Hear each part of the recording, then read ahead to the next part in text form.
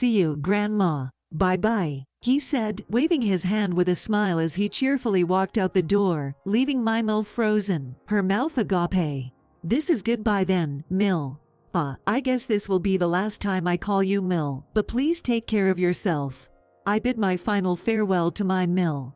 However, my Mill, unaware of the true meaning behind my words, contacted me again. My name is Sophia. I'm a 37-year-old housewife working at a design office. Smile, smile. My smile is my family's happiness. As I cast this magic spell on myself, I try to smile in front of the mirror. This is my morning routine. It was my grandma who taught me this. Sophia, you're neither an unhappy child or a pitiable one. So, you mustn't cry. Look, try smiling. These were the words of encouragement from my grandma, who comforted me warmly yet sternly when I came home crying from school because I was teased for not having parents. They have been my support throughout my life. My grandma, who was always cheerful and bright like the sun to me, passed away 2 years ago, following my grandpa to heaven. I still haven't healed from the grief of losing my grandparents. Yet, I have a kind husband and lovely children. My husband, Oliver, is 2 years older than me and works as an architect at a construction company. My daughter, Emily, is 10 years old. She's entering her adolescence and rebellious phase, but she's a reliable girl who takes good care of her much younger brother. My son, Liam, just turned 3. He always follows his sister around, clinging to her like a baby, but he is a sweet boy, building an ordinary family like any other. That was my dream since I was a child, and now that I have realized this dream, I believe we could continue to live a happy life as a family of 4. I had believed that. However, our happy time did not last long. My Phil, who had been suffering from stomach cancer, passed away. The loss of a warm presence that had been watching over our family, even after a 3-year battle with the disease, was profound. But I couldn't remain sad forever. This was because my Mill, who was left alone in the family home, brought up the idea of living together. It happened when Oliver and I, who were dating at the time, went to his parents' house to announce our engagement. As soon as I sat on the living room sofa, my Mill started firing questions at me like an interviewer at a job interview. Sophia, do you also hold the same architect license as my son? Yes. Well, that's impressive for a woman. Well, it's nothing really. By the way, what do your parents do? What's your father's occupation? My parents divorced when I was 2, and after that, I was adopted by my paternal grandparents, I answered, and at that moment, my Mill's expression hardened. Then, where are your parents now? I haven't seen my mother for a long time, so I don't know where she is. My father has remarried and now lives with a different family. You haven't seen your mom for a long time, so, does that mean the divorce was her fault? Like, she had an affair or something? Otherwise, she wouldn't have abandoned her child, right? I was at a loss for words, because everything my Mill said was true. Hey. It's rude to pry into someone else's family matters like that. Sophia deserves better. That's right, Mom. Besides, the grandparents who raised Sophia were very respectable people. Whether my Phil and his admonishing voice were not heard or she was pretending not to hear. But blood is thicker than water. I wonder if the daughter will end up like her mother. My Mill continued to speak in a voice too loud to be considered, muttering to herself. Enough already, Sophia, I'm sorry. My wife means no harm, but she can be quite blunt. No, it's okay. Such was the exchange. Afterward, persuaded by my Phil and Oliver, my Mill reluctantly approved of our marriage. However, my Mill, who refused to accept me as her daughter-in-law, said, I have no intention of living with someone who's an outsider, rejecting our proposal to live together.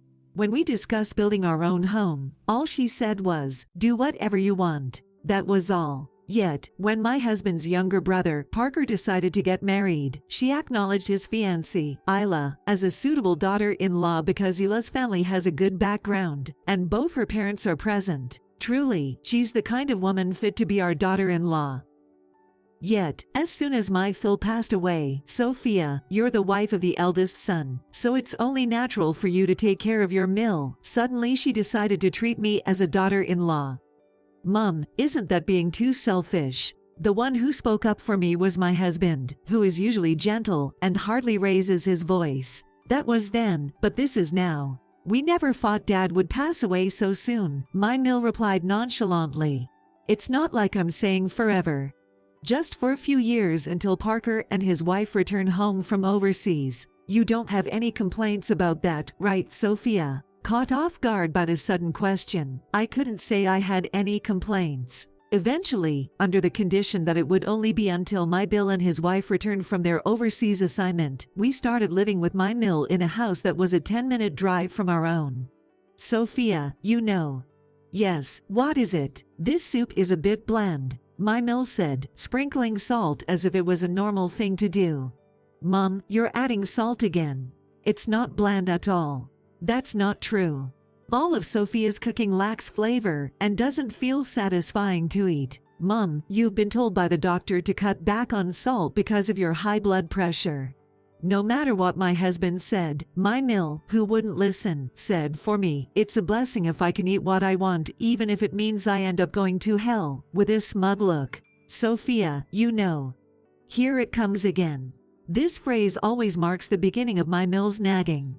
In times like these, in one ear and out the other is the best strategy. The problem is, my 3-year-old son, Liam, has started imitating her, saying, Sophia, you know. It's nerve-wracking, especially at an age when he likes to mimic everything. On a separate now, what's troubling me is the triangular relationship that has formed between my Mill, my daughter, and my son. Really, such an unlovable child. My Mill would say this aloud. My daughter, Emily, would pretend not to hear my Mill's voice and would try to leave the house as soon as she got back from school. Perhaps understanding the true nature of my Mill, who has always spoken ill of me, my daughter refuses to open her heart to her. Big sis, I'm coming too. When my son, Liam, tries to follow his sister, Emily, my Mill would call out, Liam, wouldn't you like to stay and eat some candy with Grandma? I've bought lots of your favorite candies. Unable to resist the lure of candy, my son would respond with a smile, really? Then I'll eat the candy. Liam, it's almost dinner time, so just a little bit of candy, okay? Yay, big sis. Liam is smart, he knows that even without being told, right? Yay. My husband is the only one I can vent to.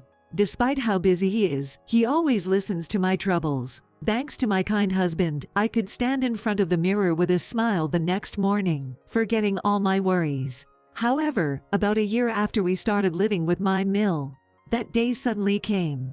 I received a call from his company saying he had collapsed at work, and by the time I rushed to the hospital, it was too late. Bringing my husband home, my daughter silently cried, and my son, shaking his father's body, asked, Dad, wake up. Why are you sleeping? The grief of losing my husband and the anxiety of raising the kids alone overwhelmed me. Yet, I had to protect them, I had to be strong. I vowed never to cry in front of the children. My Mill then said something heartless. To lose your husband and not shed a single tear, you really are a cold-hearted wife. I'd like to see what kind of parents raised you. Those were not words to be said in front of the children, no matter how much she disliked me. A year ago, when my Phil passed away, she said, the son will take care of the funeral, so I don't have to do anything, it's so easy, and she was the only one lying on the sofa, laughing at a comedy TV show. Eventually, she even cried, saying, I laughed so much I'm crying. My Mill, who had said, we can just have a small service at home, for my FIL's funeral service, left everything else to others. Yet, the arrangements for my husband and son were so different. We'll have the son's memorial service at a ceremony hall, she said, taking care of the reservation. On the day of the funeral, thanks to the professional staff at the venue, we managed to conduct the service smoothly, and it was just the post-service family gathering left. Well then, Sophia, the kids and I will take ours home to eat, so I'll leave the rest to you, said my Mill, already holding a bag with boxed lunches. And also, the kids are waiting in the taxi, she said and went home first. When I returned to my Mill's house 2 hours later, I noticed a stack of cardboard boxes that looked familiar. These were boxes I had bought a few days earlier at my Mill's request. Moreover, they were placed in the corner of the garage, where my Mill usually puts the trash. Opening the boxes, I found familiar clothes and shoes, all my belongings. We don't need that trash, so if you need it, take it all with you, she said. What? Turning around at her voice, I saw my mill standing imposingly, looking down at me. Then my mill said to me, now that my son is gone, you're just a stranger. So please leave. Pointing outside the gate. I got it. As soon as I replied, my mill showed a surprised face but then smiled. It's good that you're so understanding. And where are the kids now? The kids are at a relative's house right now, so I'll arrange for them to be dropped off at your house later. So please hurry up and load your car and leave. Kicked out by my mill, I loaded the car. But it's good for you. Even if you're kicked out of this house, you have a home left behind by my son. Pretending not to hear my mill's words, I said, well then, mill, I'm leaving now. Thank you for everything, and left my mill's house. Back at our house, I immediately started cleaning the entire place. Before I knew it, it was dark outside. Looking at the clock, it was past 8 p.m. Hello. It's Sophia. Oh, Sophia, what is it? My mill clearly sounded like she had just woken up. The kids haven't come home yet. The kids are already asleep. Asleep. Yes, Liam insisted on staying over with his grandma, so it couldn't be helped. Couldn't be helped. Yun. Anyway, I'm tired from today, and we're going to Disneyland tomorrow morning for an overnight stay, so I'll contact you later. Bye. Hello. Hello. My mill abruptly hung up the phone. I knew it. I was convinced that my mill had never intended to send the kids back. And having heard something from my daughter, I had been pretending to be deceived on purpose. It was a few days after my husband passed away. Hey, Liam, how about you live with Grandma from now on? Yay. With Mom and Emily too. No, I mean just you and Grandma living together. Then, I'll buy you lots and lots of candy, and I'll grant any wish you have. Really? You'll buy me lots and lots. Yes, lots and lots. Will you take me to Disneyland where Mickey Mouse is? Of course. I'll take you there tens or hundreds of times. Yay. Then I'll stay with Grandma. But this is a secret between you and Grandma, okay? Don't tell Mom or Emily. It's our little secret, got it? Okay. A secret. My son had shared this conversation with my daughter, saying, Emily, this is a secret, who then told me. If my son really wanted to continue living just with my mill, I didn't know what to do. I was honestly anxious about that. Still, Mom, leave Liam to me. I have a special magic trick up my sleeve, Haga. Trusting my daughter's words, I decided to wait and see. It was 5 days later when I received a call from my mill to come pick up the kids. When I arrived at my mill's house, my daughter was waiting for me at the entrance, with our luggage already packed beside her. After we loaded the luggage into the car and entered the house, my son came running from the back of the house, holding a Mickey Mouse bag. Here, this is for you. A souvenir. A souvenir. Oh, what a lovely pendant. Thank you, Liam. Seeing my son's cheerful face brought me a moment of relief. Sophia, you're early. Are you done with the luggage? Said my mill, dampening the mood. Yes, we're done. Then, Liam, say goodbye to your mom and Emily. What? I was taken aback, expecting at least to come in for some tea.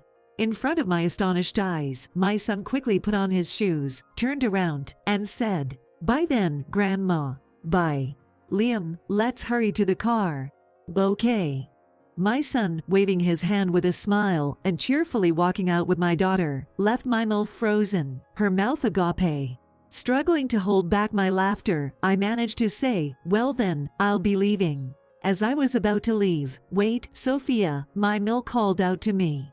Yes, what is it? That thing, you know. That thing. Pretending to think it over, I then said, Are you talking about the plan to have Liam adopted by your childless second son and his wife? That plan? How did you know about that? Could it be? Yes, that could be.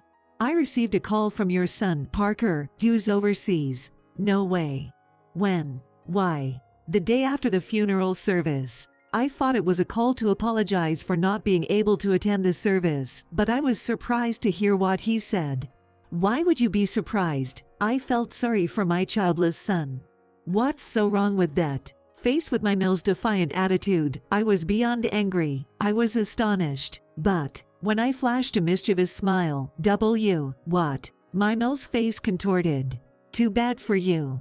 Trying to bribe and wrap Liam around your finger, but he escaped first. What? Mil's eyes widened in shock, darting around before she looked down. Let me make it clear, I will never let go of my children, no matter what. Eek. And so, my dear Mill. I guess this is the last time I'll call you Mill, but please take care of yourself. After telling Mill that, I hurried to the car where my children were waiting. In the car on our way home, listening to Liam's stories about Disneyland, he suddenly said in a serious tone, Mom, what is it? I'm going to be a hero. What? Surprised by his words, I almost turned around to look at him despite I was driving. A grandma in blue clothes with a pink ribbon cast a spell on me, right sis? Yay. With a magic wand, she said, Bibidi-bibidi-boo. Become a cool hero, and cast a spell on you. Yay. I'm going to be a hero, and protect Mom. The fairy godmother who cast the spell on Liam was the magical fairy, who turned a pumpkin into a carriage. My daughter had used those magical words and told them to Liam. If Liam is going to protect me, I'm not afraid of anything. Thank you. Despite vowing not to cry in front of my children, I struggled to hold back my tears, and my daughter in the passenger seat gently handed me a tissue. I will protect my children. I reaffirmed my vow. Then, a few months later, I received a phone call while living peacefully with my family of 3. Hello, Sophia. The voice on the phone was tearful, sniffling sounds coming through. It's been a while. What's wrong? The caller was the mother of my deceased husband. In other words, my former Mill who had become a stranger. Please don't sound so cold. Even though my son is gone, you're still my daughter-in-law. Me, your daughter-in-law. I thought we had become strangers. That was just a slip of the tongue. So, what do you want? No, right. Actually, Sophia, I tripped on the doorstep and sprained my ankle. I'm sorry to hear that. Yay, so I can't drive a car and go shopping. The car. You mean the pink bicycle. Why don't you ask Isla, the wife of your younger son, then? But she's overseas, I can't just ask her. Well, that makes sense. So, how much will you pay me? Pay? For what? How much will you hire me as a housekeeper? Why should I pay you, my daughter-in-law?